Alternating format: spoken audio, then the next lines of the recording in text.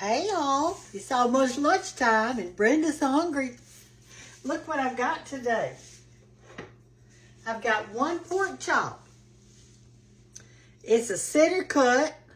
It's really out of a pork loin is what it's out of. You know, those long ones that I told you you could get and cut up. And so I've got one pork chop and I've got one onion. And that's what I'm going to have today. So come over here to our skillet and I'll show you how to do this. This also makes really great sandwiches. Just real good sandwiches.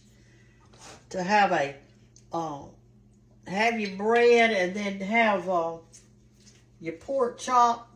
And it just, I don't know. I love a piece of meat with an onion over it. I do. It's one of my go-tos, I guess you'd say. So, I've got me some white lily flour out here. And a lot of y'all don't like to flour your meat, and that's okay. But I like that crunchy on it. I really enjoy that. I've got my eye turned on high. I probably got about 2 or 3 tablespoons of olive oil in there. And I like to put a lot of salt and pepper on mine. I do. I love it. I got outside a while ago and I started collecting seeds because everything's going to seeds. So I'm out there collecting them. I'm just going to put this in here like this and douse it around real good. Because I'm going to put it on the edges too. I collected those, it's called Rudbeckia. It's that big yellow flower with the black center. Some of y'all call it black-eyed Susans. All right, I'm going to turn it down now. I can feel there's a heat coming on it. And we're going to cook this slowly. We'll put it right in the middle. And now I'm going to cut up a whole onion. Now, y'all know how good these are for you. And so, I try to eat an onion a day. Sometimes I eat it with breakfast in an omelet, and sometimes I eat for lunch, supper, whatever. But I try to eat one a day because they're just so good for you. I cut it in half so it looks like that. And then we'll cut this one in half. And I'm going to eat it. A while ago, I ate a bunch of, well, for breakfast this morning, I was cooking breakfast for other folks, so I didn't really have time to eat myself. But I had, and I'm going to cut this real thin. I had some cottage cheese and coffee and pistachio nuts. That's what I had for breakfast. So today for lunch, I'm having a whole onion and a pork chop. When I get this cut in half like this, I'm going to cut it the reverse way, just a time or two. Like that. And just throw it in. And I'm going to turn my meat down really low. I'm going to turn it to 2. Let me cut up this other one.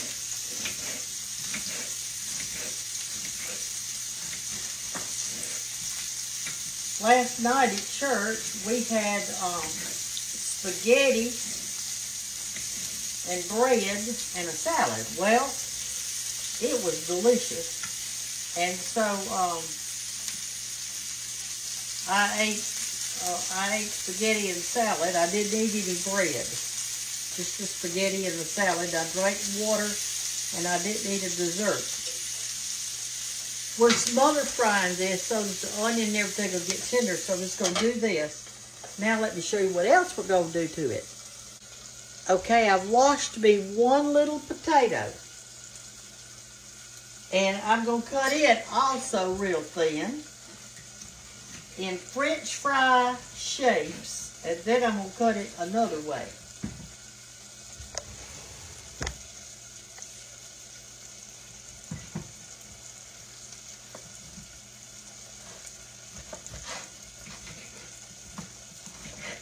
I I'm going to eat the peeling and all. Alright, so once I cut it like this, I'm going to cut it in long skinnies.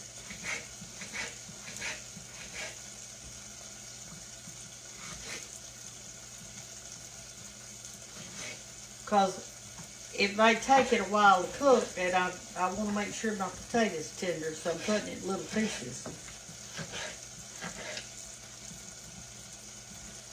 Kind of line them up together like that, because you're going to cut it the other way now.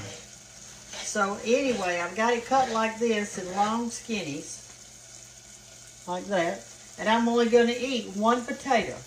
So I'm eating one pork chop, one potato, and one onion. And then I ate my breakfast, the cottage cheese and the nuts. And then for a snack, I ate a bunch of blackberries out of my freezer. I probably ate a pint of big old fat blackberries. They were so good. I didn't put sugar on them. I didn't do anything. I just ate them. Just picked one up and ate it. They were so good. Banks and I used to like to go out in the springtime and pick blackberries.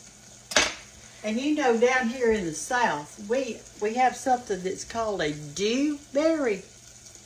And it looks just like a blackberry, except it's fatter and juicier.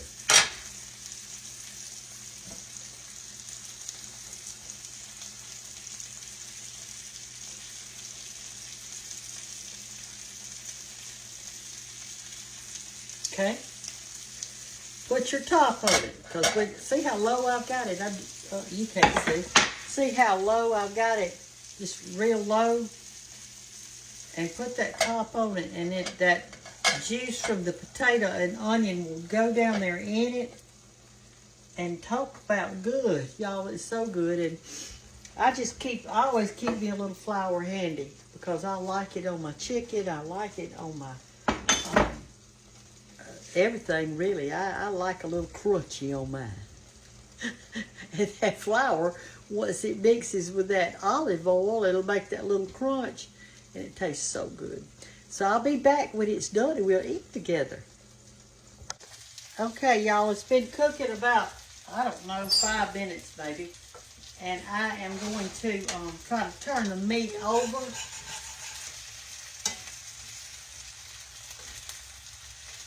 And stir the potatoes and onions around a little bit. Ooh, they're already getting tender. At the very end, I'm going to put a little salt on just the potato part, because I already salted the meat. And a little bit of pepper. This is going to be so good. And put your top back on it. And let it just sit there in that good warm skillet and crisp up. And it'll be such a good dinner. And you hadn't done but one pot and one potato, one onion. But now if you've got 4 people, you can do the exact same thing. Put your 4 pork chops in there. Get a little bit of olive oil. Make sure you put a little flour on them and a little bit of salt, pepper, and whatever. And then cut up 4 potatoes, 4 of those little potatoes. Put them all around. And maybe 2 onions, and cover it up. Cover it up, and it'll be a wonderful little dinner. Just make sure you start it early enough so that, you know, you won't be starved to death before it gets done. Kate used to always come in here, and she'd say, "Big Mama, you got anything to tide me over till dinner gets ready?" Tide me over, that's what she'd say. And I'd say, well, and sometimes I'd give her a little something that I had, but not much, because I didn't want them ruining their dinner after I'd gone to the trouble of cutting up a potato and onion. I didn't want them to mess with it. This morning I had my coffee out on the porch, and it was cool out there, and it felt so good. I had on my bathrobe, and it's terry cloth and kind of thick, and it had my coffee out there and my pistachio nuts. I buy them with the ones that's got the shell around it. And so sometimes you can't get that shell off to get the nut out. How do y'all do that when you come across one of those? Or do you just buy the ones with no shell? That's probably what you do. All right, it's about ready. We're going to fix us something to drink, and then we're going to have lunch together. I want to show y'all this while we're waiting on our meat to get done. This morning, I had fixed me some blackberries, and I had them in a freezer bag, and I just set them right here to thaw. And what happened was the juice came out, and it ran down here in my sink, and it turned this part right here purple. And I thought, this would be a good time to check my toothpaste to see which one is the best toothpaste. So I put a number 1, number 2, and a number 3. And that square thing right there was one of those little tooth whitening kits that you buy, has that little strip in it. So there's toothpaste number 1, toothpaste number 2, toothpaste number 3, and a whitening strip. Well, I can see that. So now I'm going to turn the water on, and we're going to rinse this off and see what happens. I'm going to pull this whitening strip up and get it going.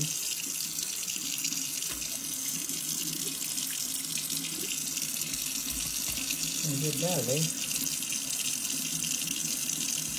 I like to do little experiments all the time. You know, I taught science for a bunch of years, and I always like it. Heck, that thing doesn't want to come off of there, does it? There we go. Now then, all right. There's the whitening strip. And I see that it got a lot of the stain off of there. All right, let's wash these away. Ooh, there's a big difference.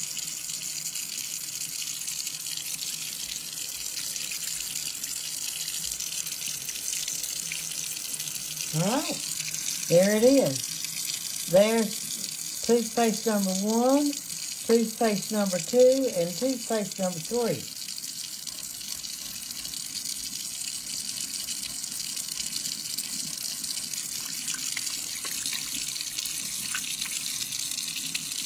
What y'all think about that?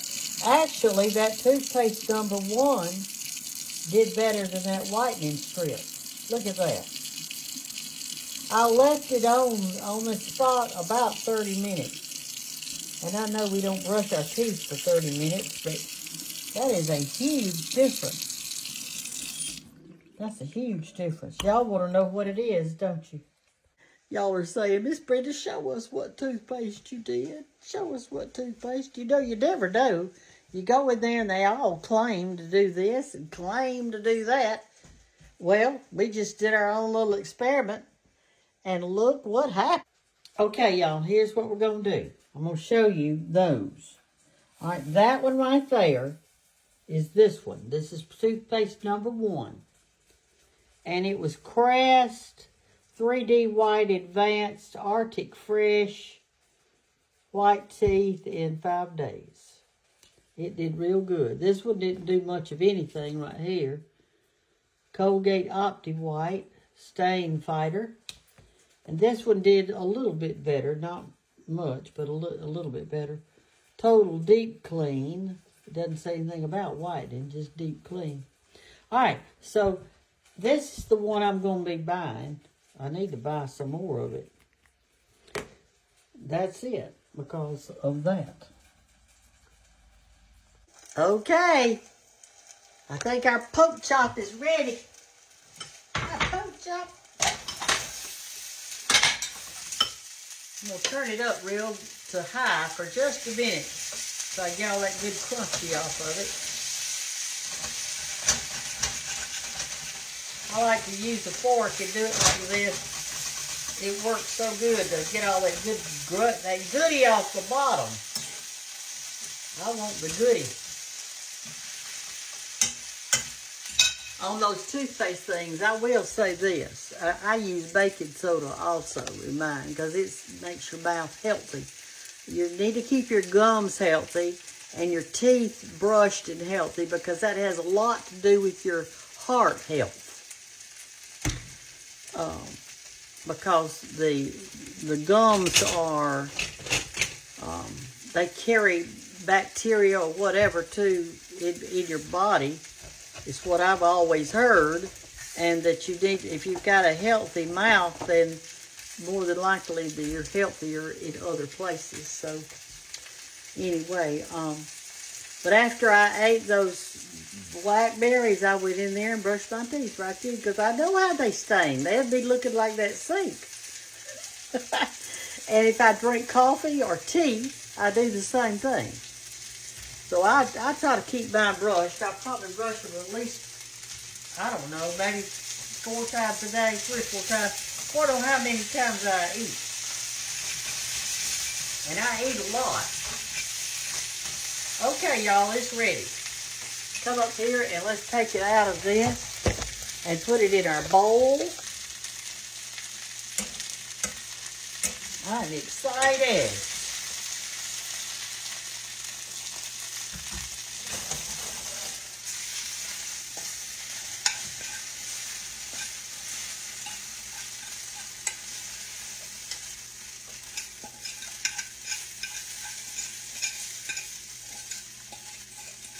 I'm going to eat outside on the porch today. It's too pretty to stay inside. All right, I'm going to kind of do this just a little bit, because I want to get all that crunchy stuff off the bottom.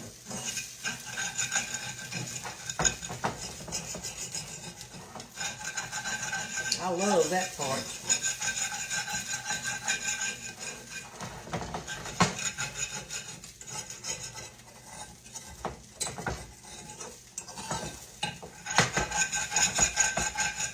Last night at church, we started studying Galatians. That's what we studied last night. We just started it. Okay, I'm going to put a little water in this skillet.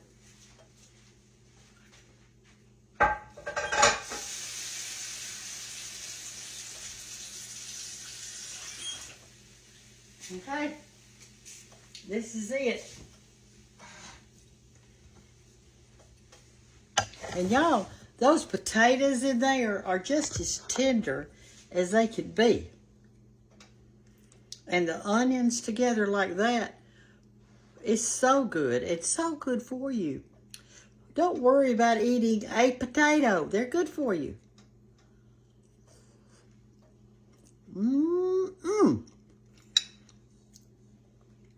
Y'all fix you this, and let me show you the pork chop. I'll be cutting a piece off of it. Now you can do the same thing with chicken.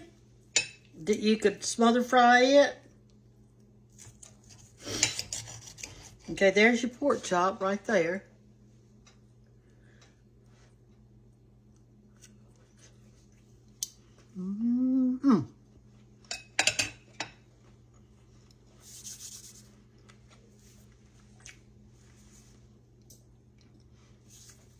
Y'all have a wonderful day.